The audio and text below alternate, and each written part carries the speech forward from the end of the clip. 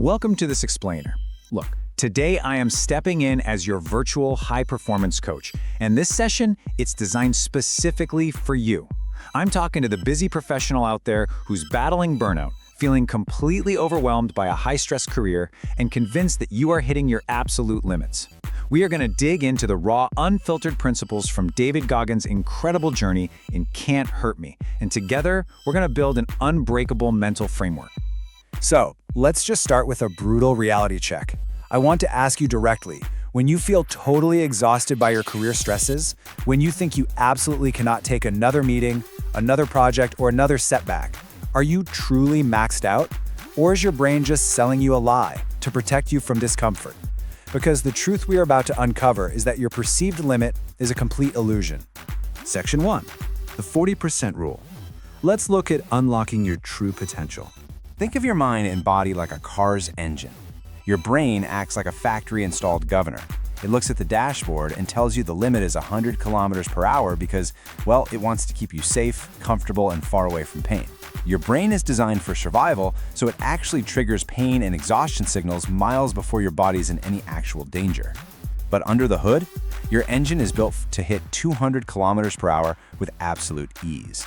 When your brain is screaming at you that you're totally done, that you are at 100% of your capacity, you are actually only at 40%. Seriously, you have 60% left in the tank. Section 2. Overcoming your starting line. No more excuses. Now you might be listening to this and thinking, okay, but you don't understand my specific situation. Look, if you're a corporate leader or a high achiever and you're using bad circumstances, a tough boss, or a lack of natural talent as an excuse for your burnout, we need to destroy that narrative right now. Just look at Goggins' baseline. Early childhood in a highly abusive household in Buffalo. Adolescence dealing with racism and poverty in rural Indiana. School years plagued by severe learning disabilities. And by his early 20s, he was pushing 300 pounds, working a dead-end night shift exterminating cockroaches. This was the foundation of systemic mud and extreme trauma. If he could build a life of absolute discipline out of this specific timeline of adversity, then you, the busy professional with a roof over your head and a solid career, have zero excuses.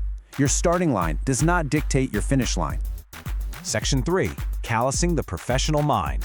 The psychology of endurance. All right, so how do we actually get through this burnout and out of the mud? We have to rewire your brain. And the first concept to achieve this is mental callousing. Just like physical friction builds protective calluses on your hands when you lift heavy weights, you have to voluntarily expose yourself to daily professional and physical discomfort to build armor for your mind. Your mind is the real battlefield here. If you hide from hard conversations at work or skip the gym just because you're a little tired, your mind stays soft. But when you actively lean into the friction, you build mental calluses that make you practically immune to the daily stress that used to break you. And this leads us directly to self-mastery. This deliberate suffering we just talked about, it unlocks your ability to control your impulses and crush those limiting beliefs.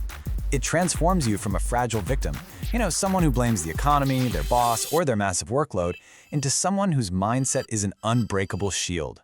Self-mastery is simply deciding that your growth matters more than your temporary comfort. Let's put this into the real world. Consider Goggins trying to join the military. He failed the ASVB test, that's the military entrance exam, multiple times because of severe dyslexia and a lack of foundational education. But he didn't just quit and say, well, I guess I'm just not smart enough. No, he used mental callousing. He sat down and grinded through those textbooks page by agonizing page, failing and trying again until he completely dominated the exam. He literally turned his failure into a tool for empowerment. Or take a look at the elite ultramarathoner Courtney Dauwalter. This is an extreme scenario proving that applying the 40% rule allows individuals to push past total, absolute physical breakdown. During these grueling 100-plus mile races, she has literally experienced temporary blindness and hallucinations from sheer exhaustion. Yet, she somehow accesses that remaining 60%. It absolutely proves that the human mind can override the body's safety signals to achieve what looks totally impossible to the rest of us. Section 4. The accountability mirror routine. Building your daily crucible. Now, you can't just listen to this explainer and feel motivated. You actually need a system. So tonight, I want you to start this brutally honest evening routine designed to completely strip away your ego. Step 1. Stand in front of a mirror. Step 2. Tell yourself the raw, unfiltered truth. Bypass that polished, perfect LinkedIn version of yourself you present online. If you were lazy today, say it out loud. If you avoided a hard task, admit it. Step 3. Review your progress using sticky notes placed right there on the glass. Step 4.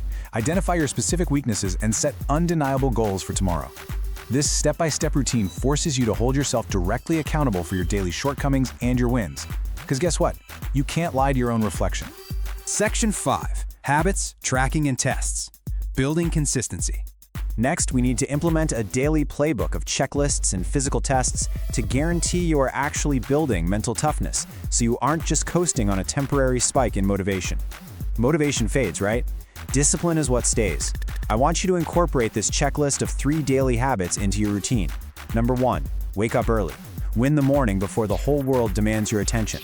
Number 2, face discomfort deliberately. Stop taking the easy way out. Number 3, embrace suffering over comfort. Consistently choose the path of progress over temporary dopamine-driven ease. If you do these 3 things, you are laying bricks for an unbreakable foundation. And because your brain is naturally going to try to quit early to keep you safe, use these 3 physical activities today to deliberately trigger your 40% alarm and actively practice pushing past it. First, take a cold shower when you really just want warm water. And yes, you will absolutely hate it, but that's exactly the point. Second, push for 1 extra rep at the gym when your muscles are screaming. And third, run or do cardio just a few minutes beyond your initial desire to quit. Listen, this isn't about becoming an Olympian overnight. It's about training your brain to realize that the very first signal of pain is not the finish line.